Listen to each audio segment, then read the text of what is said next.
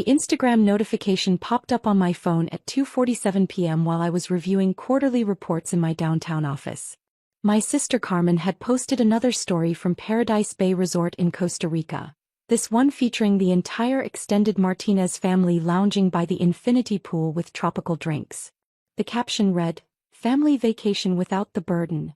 Palm tree sun, sometimes you need quality time with people who actually matter. Hashtag family first, hashtag paradise found, hashtag no dead weight, hashtag blessed life." I could see everyone in the photo.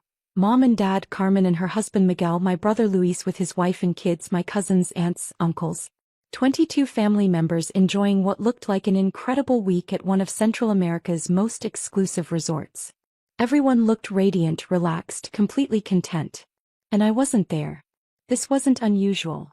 For the past 3 years since I'd started what my family called playing with hotels, I'd been systematically excluded from major family trips. Not formally disinvited, just forgotten. Plans made without consulting me, group chats I wasn't included in, reservations that somehow never included space for one more person. The burden had become Carmen's favorite nickname for me ever since I'd left my corporate law job to start what she described as some hospitality consulting thing that probably won't work out. I scrolled through the comments on her post. Hundreds of hearts, fire emojis, and congratulations from friends and extended family. People praising the beautiful location, asking about the resort, commenting on how happy everyone looked. I typed a simple comment, "Looks amazing. Hope you're all having a wonderful time. Palm tree."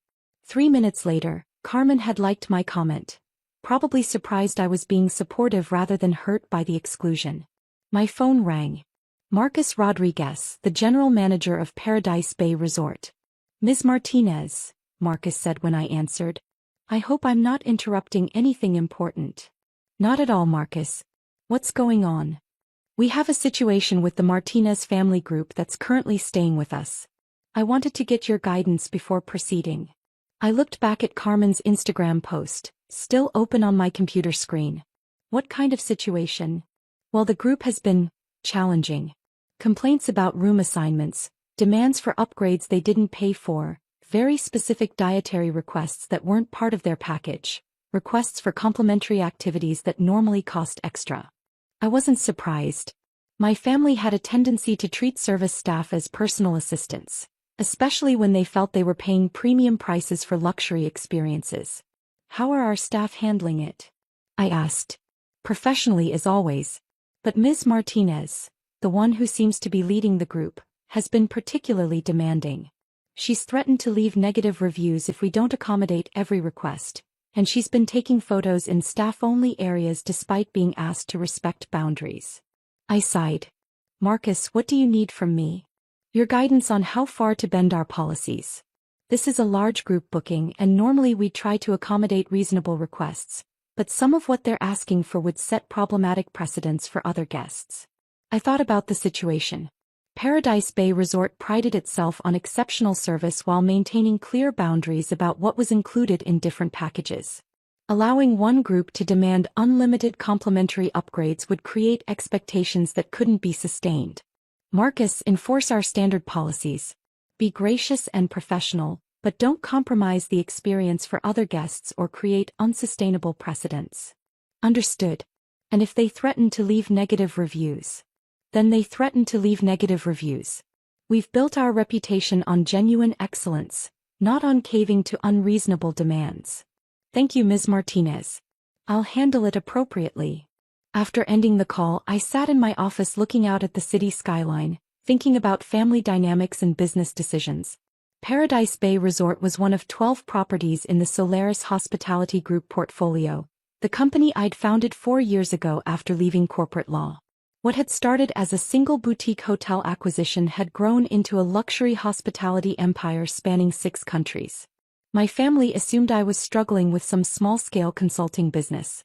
They had no idea that Solaris Hospitality Group generated over $340 million in annual revenue and that I personally owned 73% of a company valued at over $800 million.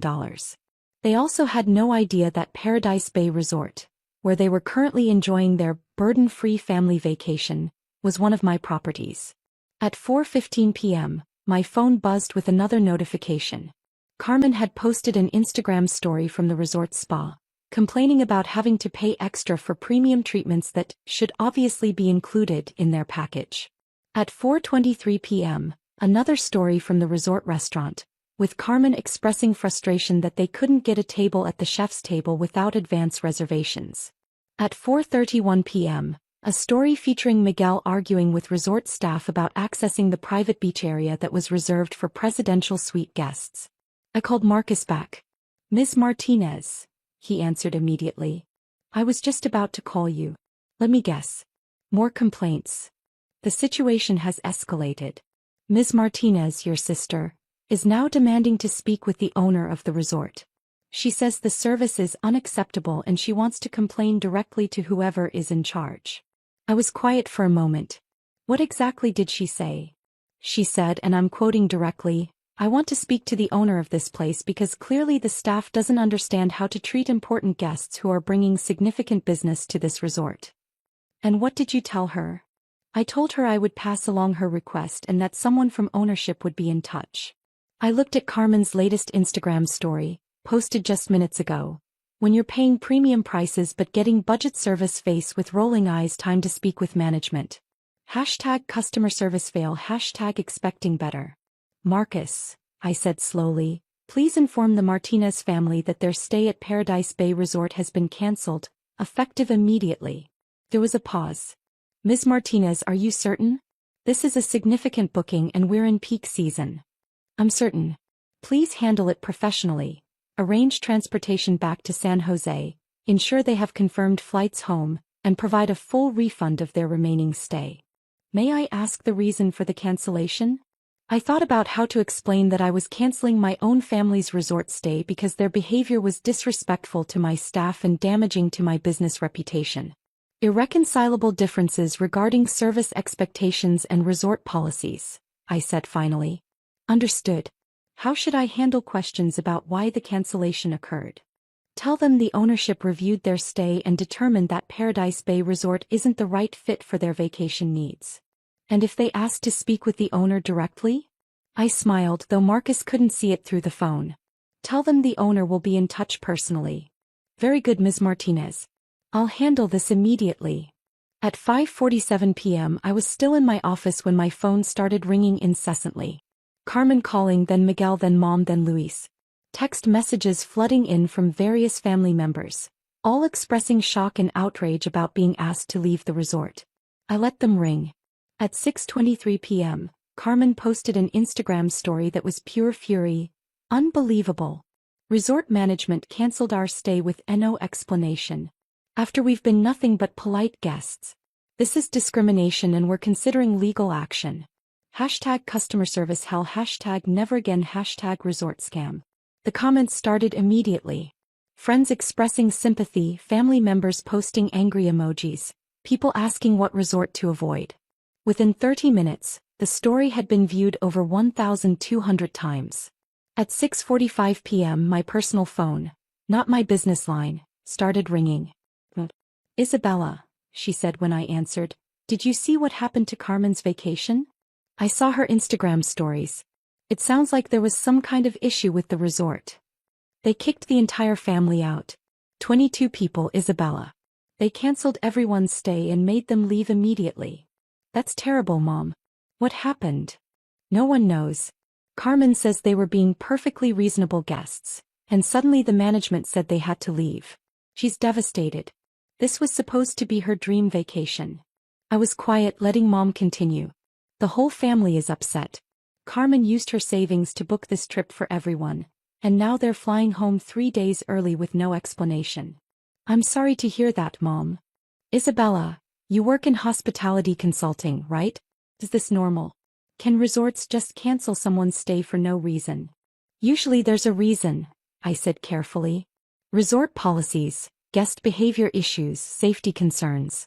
Hotels don't typically cancel stays without cause, especially during peak season. But Carmen says they didn't do anything wrong. There might be a misunderstanding about what constitutes appropriate guest behavior." "What do you mean?" "Sometimes guests have expectations that don't align with resort policies. Demanding free upgrades, accessing restricted areas, being disrespectful to staff. That can lead to stays being terminated. Mom was quiet for a moment.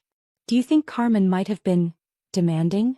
I think Carmen is used to getting her way and might not realize how her behavior comes across to service professionals. Isabella, she's talking about writing negative reviews everywhere, maybe even pursuing legal action. Mom, if the resort had legitimate reasons for the cancellation, negative reviews and legal threats won't be effective. But she's so embarrassed. The whole family is talking about it. I felt a pang of sympathy for Carmen despite everything. Being asked to leave a resort was genuinely humiliating, especially with the entire extended family present. Mom, maybe this is an opportunity for everyone to learn about treating hospitality workers with respect. What do you mean? I mean that resort staff are professionals doing their jobs, not personal servants. When guests treat them with courtesy and follow resort policies, everyone has a better experience. At 8:30 p.m. Carmen called me directly. Isabella, she said, her voice tight with anger and embarrassment. Mom said you work in hotel consulting. I work in hospitality, yes. Have you ever heard of anything like what happened to us today? I chose my words carefully. Carmen, what exactly happened from your perspective? We were being normal hotel guests and suddenly the manager said we had to leave. No explanation, no discussion, just pack your bags and go. What do you mean by normal hotel guests? You know, asking for things that should be included, expecting good service, not accepting substandard treatment. Like what specifically? Like when I asked to be upgraded to a better room since we're such a large group. Or when Miguel wanted to use the private beach area since we're paying so much for this vacation. Or when I took some photos in the spa area for Instagram. I was quiet. Isabella, this resort clearly doesn't understand customer service. I mean, we're bringing them serious business. 22 people for a week at their peak season rates. Carmen, did the staff explain their policies about upgrades and restricted areas? They gave us some corporate policy nonsense about different service levels and reserved areas for specific guests. But Isabella, when you're paying premium prices, you should get premium treatment. What about the spa photos? They said something about privacy policies and other guests, but honestly, if they're running a legitimate business, they should want the social media exposure. I was beginning to understand exactly why Marcus had called me twice in one afternoon. Carmen, it sounds like there might have been misunderstandings about resort policies. Misunderstandings? Isabella, they humiliated our entire family. They made us pack our bags in front of other guests and escorted us to transportation like we were criminals. I'm sorry you felt humiliated. Felt humiliated? Isabella, I was humiliated. This was supposed to be the perfect family vacation, and now everyone's talking about how we got kicked out of some resort. Maybe it's an opportunity to choose a different resort next time, one that's a better fit for the family's vacation style. There won't be a next time, Carmen said bitterly. This vacation cost me $12,000. I can't afford to lose that kind of money and plan another family trip. I felt genuinely bad for her. Despite her demanding behavior and her habit of excluding me from family events, Carmen had spent her savings to create a memorable vacation for the entire extended family. Carmen, did you get a full refund? They refunded the remaining 3 days, but I still lost money on the flights and the days we did stay. That seems fair actually. Most resorts wouldn't refund anything if guests violated policies. Whose side are you on, Isabella? The question hung in the air. Carmen wanted family solidarity even when she was wrong. But I'd built my career on understanding hospitality from both sides, guest expectations and business realities. I'm on the side of treating people with respect, I said finally. Including resort staff who are trying to do their jobs professionally. Fine, Carmen said coldly. I should have known you wouldn't understand. You've never experienced the kind of luxury service we were expecting. After she hung up, I sat in my office for another hour thinking about family loyalty versus professional ethics. Carmen's behavior had been inappropriate, but she'd also organized a family vacation that had cost her significant money. The situation was more complex than simple right and wrong. At 10:15 p.m. I made a decision. I called Marcus at Paradise Bay Resort.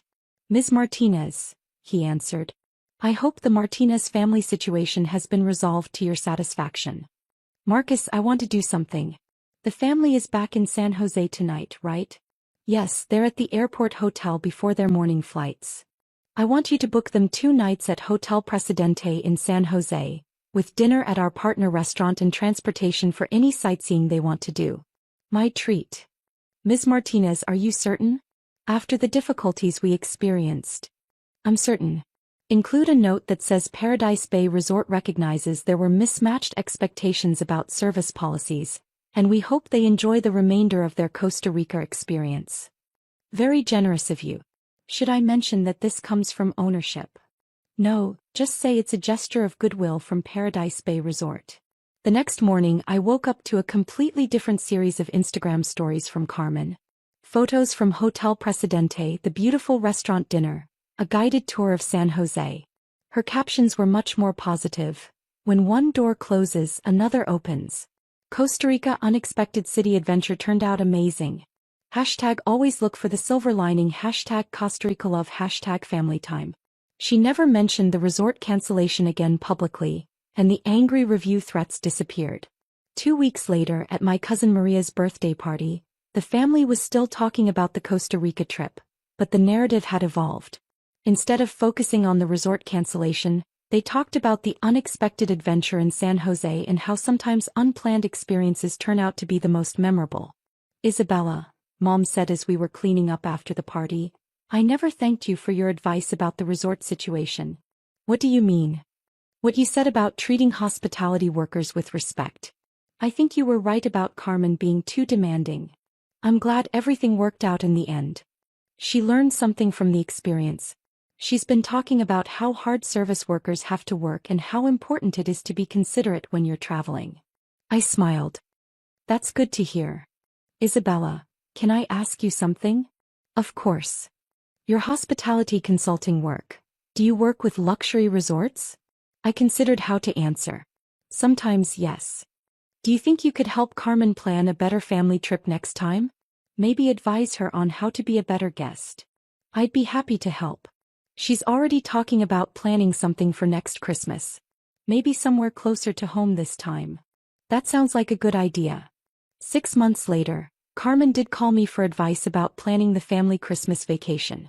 She wanted to book a mountain resort in Colorado, and she specifically asked me to review the resort policies and help her understand what was included in their package versus what would cost extra. I don't want another Paradise Bay situation, she said honestly. I learned that being demanding doesn't actually get you better service. It just makes everyone uncomfortable. That's very mature of you, Carmen. Isabella, can I ask you something? When we talked after Costa Rica, you seemed to really understand the hospitality industry. Like you knew exactly why resorts make the decisions they make. I've been working in hospitality for several years now. Right, but you seem to understand it from the business side, not just the consulting side. I was quiet, wondering how much to share. Isabella, what exactly do you do in hospitality consulting? I help hospitality companies improve their operations and guest experience. Like you advise hotels on their policies? Among other things, yes.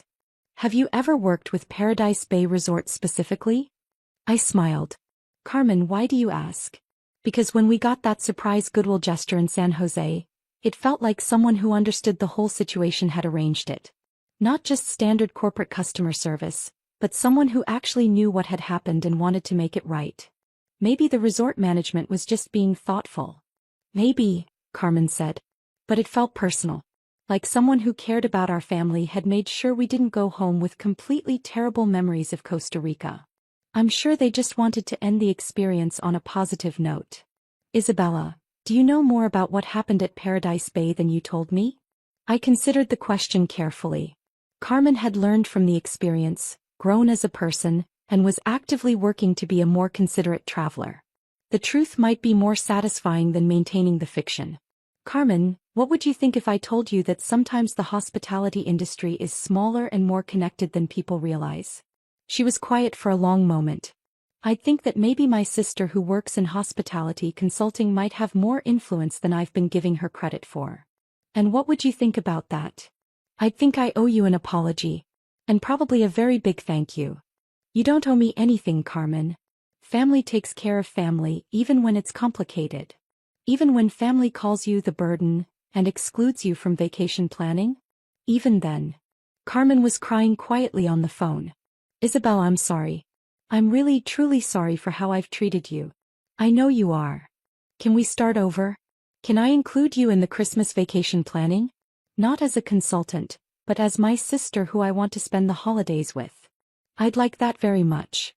The Christmas vacation in Colorado was a completely different experience. Carmen had researched resort policies in advance, budgeted appropriately for activities and upgrades, and treated all the staff with genuine courtesy and appreciation. The family had an amazing time and no one got asked to leave anywhere. On the last night, as we sat around the fireplace in the resort lobby, Carmen raised her hot chocolate in a toast. To family vacations where everyone is included, everyone is appreciated, and everyone remembers that the people taking care of us are working hard to make our experience special. Everyone clinked mugs, but Carmen looked directly at me. And to sisters who take care of their family, even when their family doesn't deserve it. I raised my mug to hers. To second chances and better understanding. As we headed to our rooms, Carmen walked beside me. Isabella, I know you can't tell me exactly what you do in hospitality, but I want you to know I'm proud of you. Thank you, Carmen. And next time you're consulted about a difficult guest situation involving demanding family members, you can tell them that people can change and learn to be better travelers. I laughed. I'll definitely keep that in mind. The truth was, I already had.